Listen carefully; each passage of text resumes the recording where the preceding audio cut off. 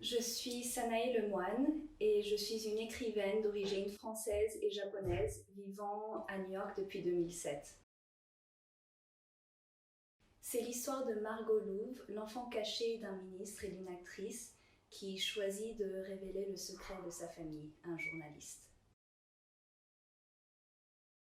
Margot a 17 ans et jusqu'à là, elle a vécu dans l'ombre du secret de sa famille.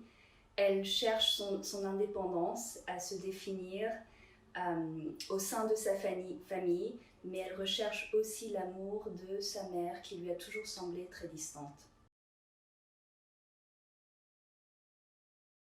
Oui et non. Ce roman est une fiction et Margot est née de mon imagination.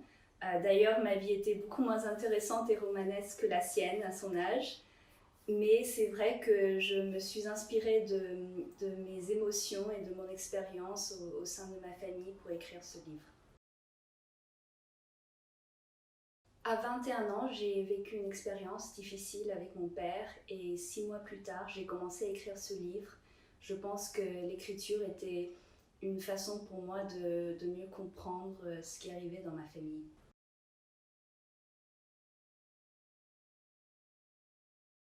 Non, je ne pense pas qu'on puisse vraiment connaître la vie privée d'une autre personne.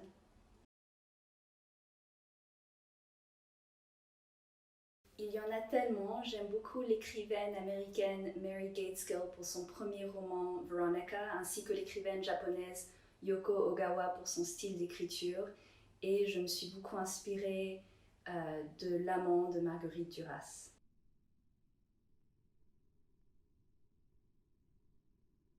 Alors, je n'ai pas encore terminé d'écrire mon deuxième livre, mais je dirais jusqu'à là le premier livre, parce qu'il y a un vrai travail d'apprentissage au niveau de la structure du roman et du développement des personnages, et aussi ce long cheminement pour trouver un agent littéraire et son éditeur. Et c'est un travail très solitaire qui demande beaucoup de ténacité et de patience jusqu'à là.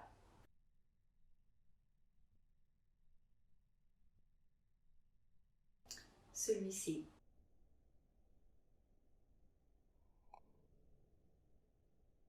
Je dînerai avec, ou ça serait peut-être un petit déjeuner, je sais pas, avec l'arrière-grand-mère du personnage principal dans le livre de Ruth Ozeki, A Tale for the Time Being.